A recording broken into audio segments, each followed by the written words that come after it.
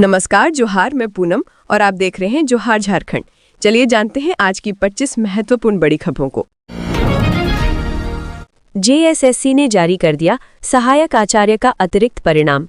झारखंड कर्मचारी चयन आयोग जेएसएससी ने सहायक आचार्य 2023 के अंतर्गत स्नातक प्रशिक्षित सहायक आचार्य कक्षा 6 से 8 सामाजिक विज्ञान शिक्षक का अतिरिक्त परिणाम एवं संशोधित परिणाम जारी कर दिया है। आयोग ने यह कार्यवाही शिक्षा विभाग से प्राप्त निर्देश और सुप्रीम कोर्ट के आदेश के आलोक में किया है। न्यायालय ने स्पष्ट किया था कि जिन अभ्यर्थियों ने आरक्षित श्रेणी में छूट जैसे अंकों में रियायत, आयु सीमा, अनुभव आदि का लाभ लेकर पात्रता प्राप्त की है, वे सामान्य यानी अनारक्षित श्रेणी में समायोजित नहीं किए जा सकते। आयोग ने विभिन्न जिलों जिनमें बोकारो, चतरा, देवघर, धनबाद, दुमका, पूर्वी सिंहभूम, गिरिडीह, गोड्डा, गुमला, हजारीबाग, जामताड़ा, खूंटी, कोडरमा, लातेहार, लोहरदग्गा, पाकुड़, पलामू, रांची, साहिबगंज, सरायकेला खरसावां, पश्चिमी सिंहभूम के कुल 400 से अधिक अभ्यर्थियों का अतिरिक्त परिणाम प्रकाशित किया है। पूर्व प्रकाशित परिणाम में चयनित कुछ अभ्यर्थियों के जिला व श्रेणी में भी संशोधन किया गया है। संशोधित सूची आयोग की आधिकारिक वेबसाइट jssc.jharkhand.gov.in पर उपलब्ध है। अभ्यर्थी आयोग की वेबसाइट पर जाकर अपने रजिस्ट्रेशन नंबर के माध्यम से परिणाम जांच सकते हैं। किसी प्रकार की त्रुटि होने पर आयोग से संपर्क करने की सलाह दी गई है। आगे की नियुक्ति प्रक्रिया विभागीय निर्देशों के अनुसार संपन्न होगी। खूंटी में भीषण सड़क हादसा, पिकनिक से लौट रहे 2 पादरियों की मौत, तेज रफ्तार बनी कारण। खूंटी सिमडेगा मुख्य पथ पर सोमवार को हुए एक भीषण सड़क हादसे में रांची के 2 लोगों की मौके पर ही मौत हो गई। मृतकों की पहचान 65 वर्षीय छत्तीसगढ़ निवासी स्टेनिसलास कुजूर और 56 वर्षीय ओडिशा के सनलग बहार निवासी ग्रेगरी बिलुंग के रूप में हुई है। दोनों मिशनरी धर्म समाज से जुड़े पादरी थे। ग्रेगरी बिलुंग आपुचीन सोसाइटी के चेयरमैन थे, जबकि स्टेनिसलास कुजूर सामलोंग स्थित रांची विद्या सदन से जुड़े थे। जानकारी के अनुसार अनगढ़ा, गेतल सूद और सामलोंग से करीब 60 सदस्यों की एक टीम तोरपा के चंचला घाघ पिकनिक मनाने गई थी। लौटते समय स्टेनिसलास कुजूर और ग्रेगरी बिलुंग एक स्कॉर्पियो वाहन में सवार थे, जबकि बच्चे और अन्य साथी अलग बस में यात्रा कर रहे थे। शाम करीब 4 बजे चकला मोड़ के पास स्कॉर्पियो तेज रफ्तार के कारण अनियंत्रित होकर पेड़ से जा टकराई, जिससे दोनों पादरियों की मौके पर ही मौत हो गई। हादसे की सूचना मिलते ही तोरपा थाना प्रभारी मुकेश यादव पुलिस बल के साथ घटनास्थल पर पहुंचे। उप प्रमुख संतोष कर और स्थानीय ग्रामीणों की मदद से दुर्घटनाग्रस्त वाहन में फंसे दोनों शवों को बाहर निकाला गया और एम्बुलेंस के जरिए अस्पताल भेजा गया। पुलिस ने परिजनों को सूचना दे दी है। सोमवार को पोस्टमार्टम के बाद शव परिजनों को सौंपे जाएंगे। थाना प्रभारी मुकेश यादव ने बताया कि प्रारंभिक जांच में हत्या का कारण तेज रफ्तार और मोड़ पर वाहन का नियंत्रण खोना सामने आया है। पुलिस पूरे मामले की जांच कर रही है। बता दें कि इससे पहले भी खूंटी जिले में सड़क हादसे में एक पादरी की जान जा चुकी है। कुछ समय पूर्व डोडमा क्षेत्र में हुए एक अन्य सड़क दुर्घटना में भी पादरी की मौत ने क्षेत्र को झकझोर दिया था। लगातार हो रही ऐसी घटनाओं ने सड़क सुरक्षा को लेकर एक बार फिर सवाल खड़े कर दिए हैं। पलामू में गोलगप्पा खाने से 25 से अधिक बच्चे बीमार, इलाज में जुटी स्वास्थ्य विभाग की टीम। पलामू जिले में पांकी थाना क्षेत्र के द्वारिका के इलाके में गोलगप्पा खाने के बाद 25 से भी अधिक बच्चे बीमार हो गए हैं। सभी बच्चों का इलाज ग्रामीण स्तर पर ही किया जा रहा है। इस मामले की जानकारी मिलने के तुरंत बाद स्वास्थ्य विभाग की टीम मौके के लिए रवाना हो गई है, जबकि एम्बुलेंस को भी भेजा गया है। सभी बच्चों को उल्टी, दस्त और डिहाइड्रेशन की शिकायत है। दरअसल पांकी थाना क्षेत्र के द्वारिका के रघुआ खाड़ महाशिवरात्रि के मौके पर मेला लगा था। इसी मेला में द्वारिक, यादव टोला, जमुआ टांड समेत कई अन्य गांव के बच्चों ने गोलगप्पा खाया था। गोलगप्पा खाने के बाद रविवार की रात से एक एक करके बच्चों की तबीयत बिगड़ने लगी। सोमवार सुबह में कई बच्चों की तबीयत और ज्यादा बिगड़ गई।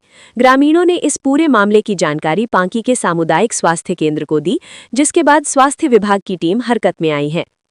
पांकी में द्वारिका के रहने वाले ध्रुव कुमार गुप्ता ने बताया कि उनके बेटे ने भी मेला में गोलगप्पा खाया था, जिसके बाद उसकी तबीयत खराब हो गई है। स्थानीय स्तर पर ही बच्चे का इलाज करवाया गया है। मेला में गोलगप्पा खाने के कारण गांव के कई अन्य बच्चे भी बीमार हुए हैं। उन्होंने बताया कि 1 दर्जन से भी अधिक बच्चे बीमार हैं। वहीं पांकी के चिकित्सा प्रभारी महेंद्र प्रसाद ने बताया कि कई बच्चों के बीमार होने की जानकारी मिली है। गांव में स्वास्थ्य विभाग की टीम एवं एम्बुलेंस को भेजा गया है। साथ ही इस मामले में जांच भी की जा रही है। वहीं कई ग्रामीण अपने स्तर से भी बच्चों का इलाज भी करवा रहे हैं। धनबाद के सब्जी मंडी में लगी भीषण आग, 12 से अधिक दुकानें जलकर खाक। सराय ढेला थाना क्षेत्र अंतर्गत स्टील गेट स्थित सब्जी मंडी में देर रात भीषण आग लगने से हड़कंप मच गया। आग की चपेट में आकर 12 से अधिक दुकानें जलकर खाक हो गईं। सूचना मिलते ही झरिया के पूर्व विधायक सह मेयर प्रत्याशी संजीव सिंह अपने समर्थकों के साथ मौके पर पहुंचे और राहत कार्यों की मॉनिटरिंग करते रहे। वहीं थाना प्रभारी मनजीत सिंह दल बल के साथ मौके पर पहुंचे भीड़ को नियंत्रित करने में लगे रहे। स्टील गेट सब्जी मंडी में अचानक उठी आग की लपटों ने कुछ ही देर में विकराल रूप धारण कर लिया। राशन, पूजा सामग्री, सब्जी और अन्य सामान से भरी दुकानों को आग ने अपनी चपेट में ले लिया। पूर्व विधायक संजीव सिंह ने घटना की जानकारी फायर ब्रिगेड को दी, जिसके बाद एक-एक कर 4 दमकल वाहन मौके पर पहुंची। इसके बाद कड़ी मशक्कत के बाद आग पर काबू पाया जा सका। दुकानदारों का कहना है कि ये पहली घटना नहीं है, इससे पहले भी 4 से 5 बार आग लग चुकी है और हर बार 15 से 20 दुकानें जलकर राख हो जाती हैं। लगातार हो रहे नुकसान से उनकी आर्थिक स्थिति दयनीय होती जा रही है। दुकानदारों में आरोप लगाया है कि मंडी परिसर के आसपास अवैध शराब की बिक्री के कारण रात में असामाजिक तत्वों का जमावड़ा लगा रहता है, जिससे आगजनी की आशंका बनी रहती है। उन्होंने प्रशासन से स्थायी सुरक्षा व्यवस्था और आर्थिक सहायता की मांग की है। वहीं संजीव सिंह ने कहा कि आग लगने की सूचना मिलते ही वे मौके पर पहुंचे और तत्काल फायर ब्रिगेड को सूचना दी गई। इस घटना में कई दुकानदारों को भारी आर्थिक नुकसान हुआ है। उन्होंने कहा कि बार-बार आग लगने की घटनाएं गंभीर चिंता का विषय है और इसकी उच्च स्तरीय जांच होनी चाहिए। साथ ही सभी जनप्रतिनिधियों और प्रशासन को मिलकर पीड़ित दुकानदारों की हर संभव मदद करनी चाहिए।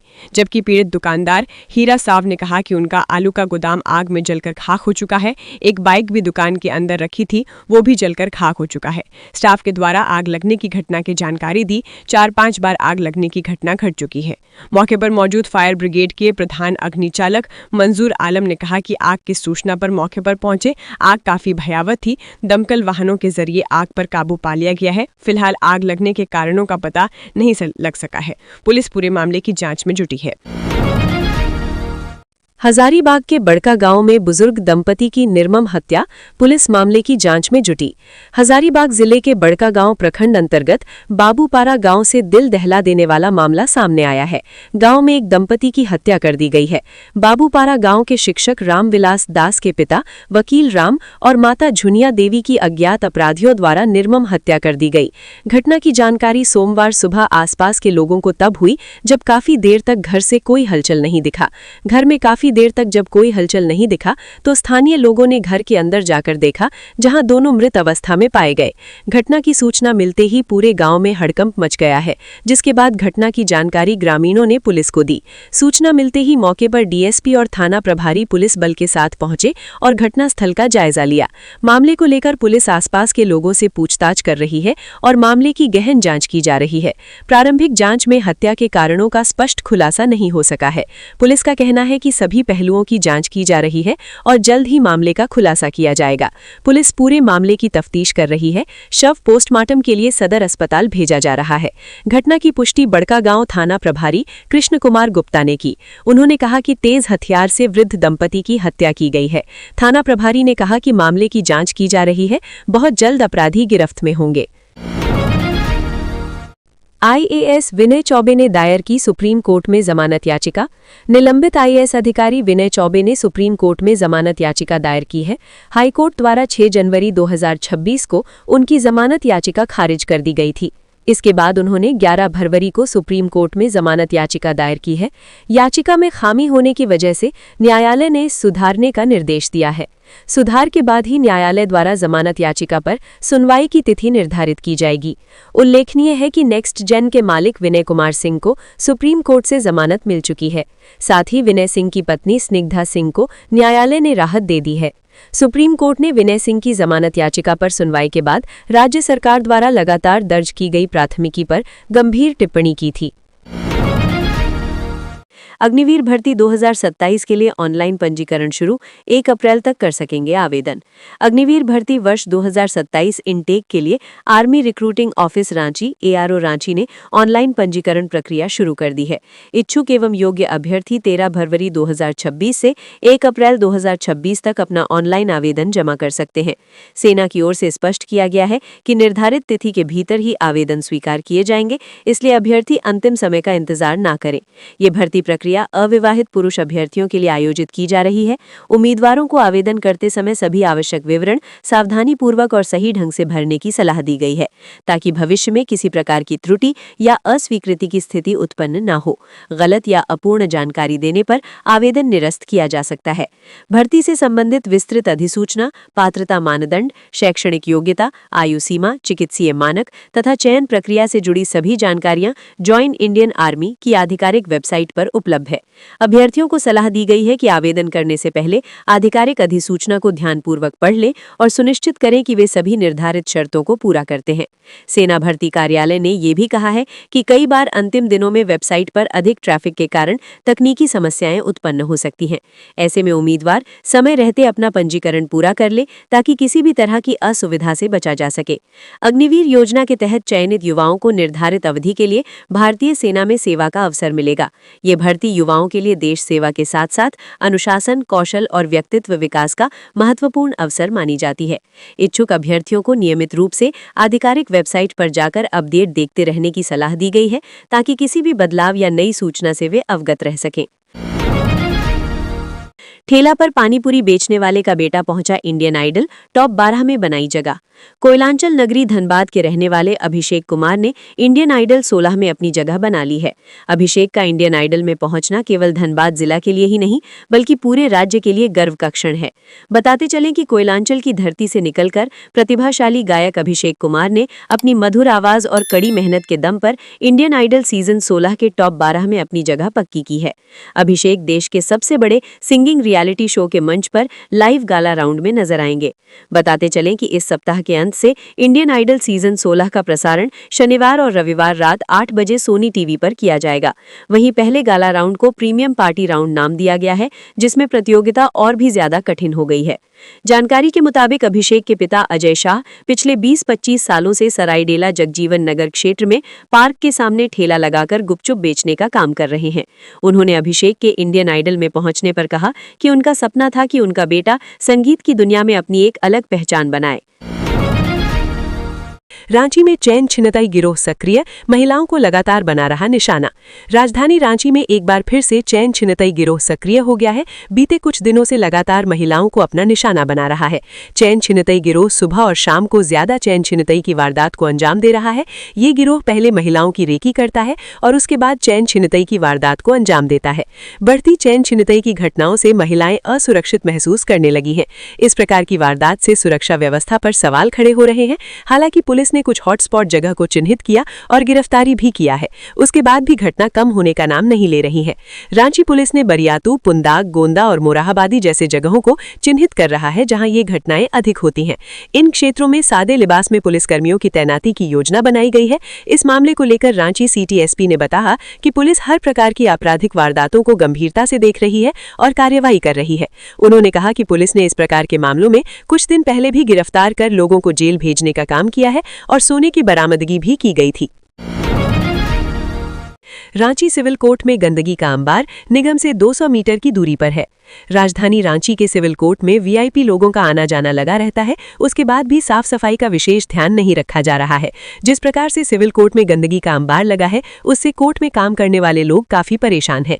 ताज्जुब की बात तो ये है कि सिविल कोर्ट और रांची नगर निगम की दूरी 200 मीटर की है। उसके बाद भी साफ सफाई की सुध लेने वाला कोई नहीं है। समय समय पर पुलिस के आला अधिकारी भी निरीक्षण करते हैं, उसके बाद भी कोई बदलाव देखने को नहीं मिलता है।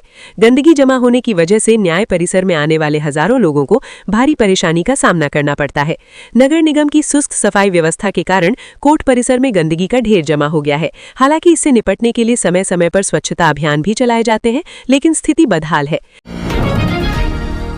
हजारीबाग में ट्रैफिक अव्यवस्था पर हाईकोर्ट सख्त, डीसी, एसपी व नगर आयुक्त को अवमानना नोटिस। हाईकोर्ट ने हजारीबाग शहर में बढ़ती ट्रैफिक समस्या और अव्यवस्थाओं को लेकर कड़ा रुख अपनाया है। अदालत के आदेश का अनुपालन नहीं होने पर कोर्ट ने हजारीबाग डीसी और एसपी और नगर आयुक्त को अवमानना नोटिस जारी किया है। मामले में कोर्ट के 9 जनवरी के आदेश के आलोक में हजारीबाग डीसी और एसपी व नगर आयुक्त की ओर से व्यक्तिगत रूप से शपथ पत्र दाखिल नहीं किया गया था। इनकी ओर से अपने कनीय अधिकारियों के माध्यम से मामले में शपथ पत्र दायर किया गया था, जिस पर कोर्ट ने कड़ी नाराजगी जताते हुए हजारीबाग डीसी और एसपी व नगर आयुक्त पर अवमानना नोटिस जारी करते हुए उन्हें 10 मार्च तक व्यक्तिगत शपथ पत्र दाखिल करने का निर्देश दिया है। इससे पहले प्रार्थी की ओर से अधिवक्ता अच्युत स्वरूप मिश्रा ने कोर्ट को बताया कि हजारीबाग डीसी और एसपी एवं हजारीबाग नगर आयुक्त ने हाई कोर्ट के आदेश का अनुपालन नहीं किया है। इसके अलावा इन्होंने कोर्ट द्वारा निर्धारित की गई समय सीमा के भीतर भी शपथ पत्र दाखिल नहीं किया है। इन्हें हजारीबाग में सड़क पर अतिक्रमण, पार्किंग स्थलों पर कब्जा और सीसीटीवी कैमरों के खराब होने जैसी समस्याओं के निराकरण पर व्यक्तिगत शपथ पत्र दाखिल करने को कहा गया था, लेकिन इन्होंने अपने कनीय अधिकारी के माध्यम से शपथ पत्र दायर कराया है। ये अवमानना का मामला बनता है। मुख्य न्यायाधीश एस.एस. सोनक और न्यायमूर्ति राजेश शंकर की खंडपीठ में हुई। यहां बता दें कि पिछली सुनवाई में खंडपीठ ने कहा था कि कोर्ट के पूर्व आदेशों के बावजूद जमीन पर वास्तविक सुधार नहीं दिख रहा है, केवल कागजों पर कार्रवाई हो रही है। कोर्ट ने कहा था कि अभी तक आदेशों का पालन गंभीरता से नहीं किया गया है और अधिकारी केवल समय काटने का प्रयास कर रहे हैं।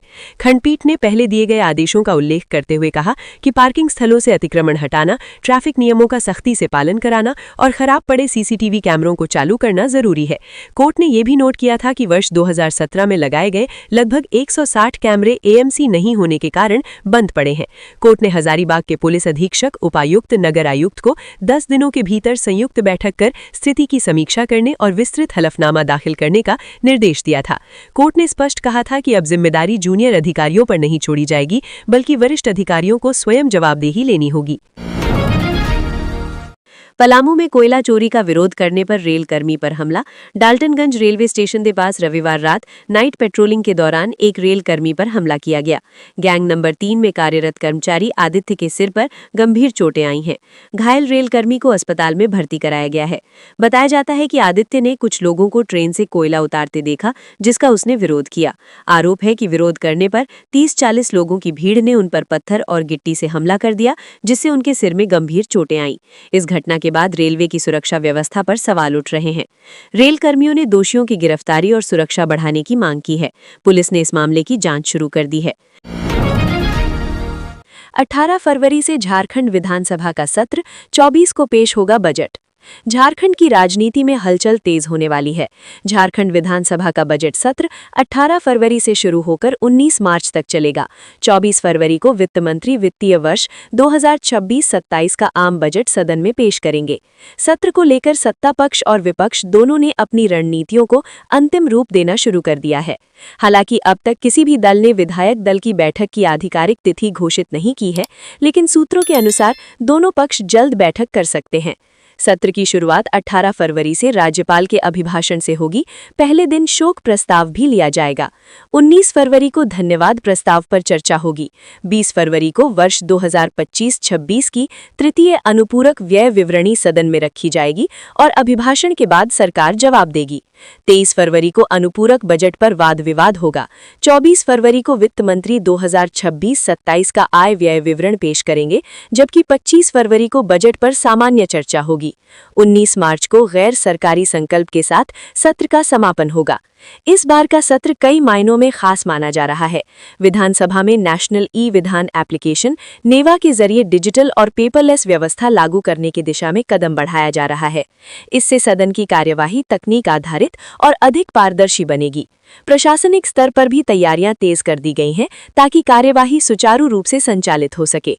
मुख्यमंत्री हेमंत सोरेन के नेतृत्व में सरकार बजट के माध्यम से अपनी जन कल्याणकारी योजनाओं को प्रमुखता से पेश करने की कोशिश करेगी। अबुआ आवास, मैया सम्मान योजना और सर्वजन पेंशन जैसी योजनाओं को सरकार अपनी प्राथमिकता बताएगी और जनता को बड़ी सौगात देने की कोशिश करेगी। वहीं दूसरी ओर भाजपा और आजसू समेत विपक्षी दल कानून व्यवस्था, भ्रष्टाचार, स्थानीय नीति और विकास कार्यों की स्थिति जैसे मुद्दों पर सरकार को घेरने की रणनीति बना रहे हैं। विपक्ष ने संकेत दिए हैं कि वे जनहित से जुड़े अहम सवालों पर सरकार से जवाब मांगेंगे। राजनीतिक दृष्टि से ये बजट सत्र काफी अहम माना जा रहा है, जहां एक ओर सरकार अपनी उपलब्धियां गिनाएगी तो दूसरी ओर तीखे तेवर के साथ सदन में उतरने की तैयारी में है। शव लेने से इनकार के बाद डुमरी अनुमंडल में धरना देंगे मृतक विजय के परिजन, सऊदी में हुई थी मौत। 23-24 अक्टूबर 2025 को सऊदी अरब में गिरिडीह के डुमरी प्रखंड अंतर्गत दुधपनिया निवासी विजय कुमार महतो की मौत हो गई थी। मौत के पीछे गोली लगना वजह रही थी। घटना के लगभग 3.5 माह होने के बाद उसका शव झारखंड लाया गया। शव शनिवार की देर शाम को रांची पहुंचा, लेकिन परिजनों ने शव लेने से इनकार कर दिया। परिजनों ने साफ तौर पर धोखा देने का आरोप लगाया है। अब इस मामले को लेकर परिजनों द्वारा धरना देने की बात कही गई है। बातचीत में मृतक विजय कुमार महतो के पिता सूर्य नारायण महतो ने साफ कहा है कि उनका परिवार इंसाफ चाहता है, उनके साथ धोखा हुआ है। ऐसे में उन्होंने डुमरी अनुमंडल कार्यालय के समक्ष धरना देने का निर्णय लिया है। ये धरना तब तक चलेगा जब तक उन्हें इंसाफ नहीं मिल जाएगा। उन्होंने बताया कि प्रशासन ने शनिवार को ही जानकारी दी थी कि उनके बेटे का शव आ गया है, लेकिन उन्होंने शव लेने से इनकार कर दिया। उन्होंने कहा कि उनके साथ धोखा हुआ है और ये बात पूरा समाज भी जानता है जो उनके साथ है।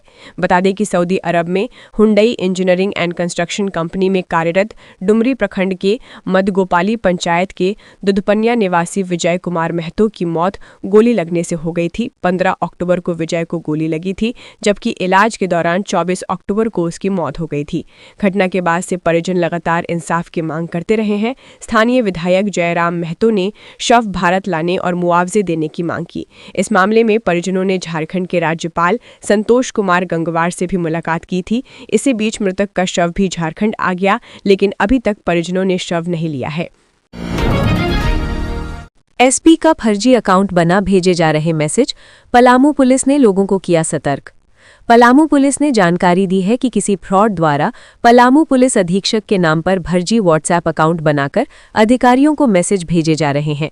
मामले को गंभीरता से लेते हुए पुलिस ने लोगों और अधिकारियों को सतर्क रहने की अपील की है। पुलिस के अनुसार फर्जी नंबर और प्रोफाइल फोटो का इस्तेमाल कर अधिकारी के नाम से संपर्क करने की कोशिश की जा रही है। प्रशासन ने स्पष्ट किया है कि ये अकाउंट पूरी तरह फर्जी है और ऐसे किसी भी मैसेज का जवाब देने या व्यक्तिगत जानकारी साझा करने से बचने की सलाह दी गई है। पलामू एसपी ने लोगों से अपील करते हुए कहा है कि यदि किसी को इस तरह के फर्जी अकाउंट से मैसेज प्राप्त होता है तो तुरंत इसकी सूचना पुलिस को दें और संबंधित नंबर को ब्लॉक कर दें। किसी भी अज्ञात नंबर पर भरोसा न करें और अफवाहों से बचें।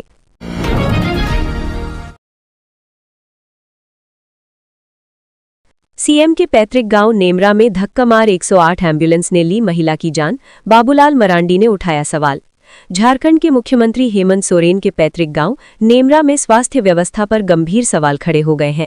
यहां तैनात 108 एम्बुलेंस पिछले 1 माह से खराब बताई जा रही है। हालात ऐसे हैं कि इमरजेंसी में वाहन को 15-20 मिनट तक धक्का मारकर स्टार्ट करना पड़ता है। रविवार सुबह इसी कथित लापरवाही के कारण एक सड़क दुर्घटना में घायल महिला की मौत हो गई। हादसे में कार सवार एक महिला समेत 4 लोग गंभीर रूप से घायल हुए थे। स्थानीय लोगों ने बरलंगा थाना पुलिस को सूचना दी। गांव के युवक रंजीत कुमार ने डायल 108 पर फोन किया, जिसके बाद बरलंगा थाने के पास खड़ी एम्बुलेंस को हर बार की तरह 5-7 लोगों ने धक्का देकर किसी तरह चालू किया। एम्बुलेंस लगभग 15-20 मिनट की मशक्कत के बाद स्टार्ट हुई और करीब 4 किलोमीटर दूर सिल्ली मोड़ स्थित घटनास्थल तक पहुंची।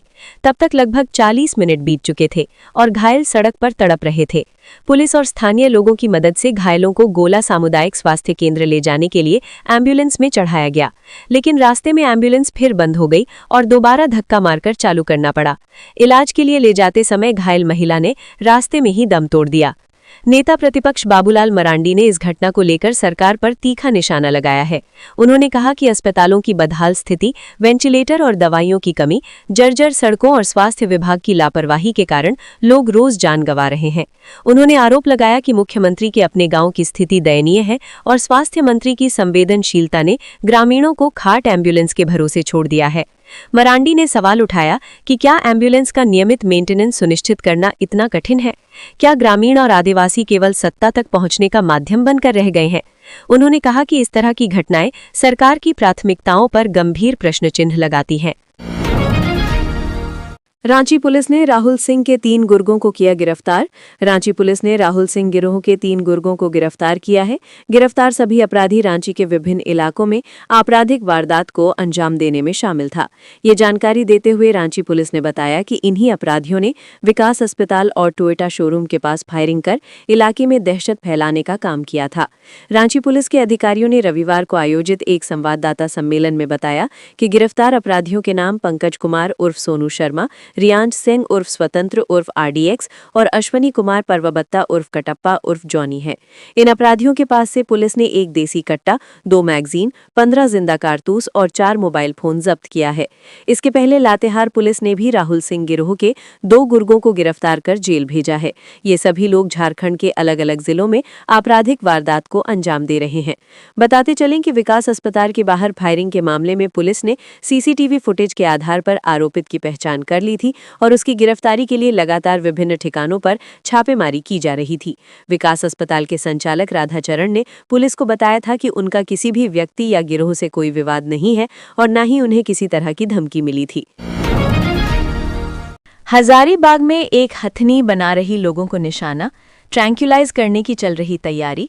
इन दिनों हजारीबाग, रामगढ़ और बोकारो में हाथियों का आतंक इतना ज्यादा है कि कई गांव वाले डर के साए में जी रहे हैं। इलाके में 5 हाथियों के झुंड ने आतंक फैला रखा है। 5 हाथियों में से एक मादा है जो बहुत आक्रामक है।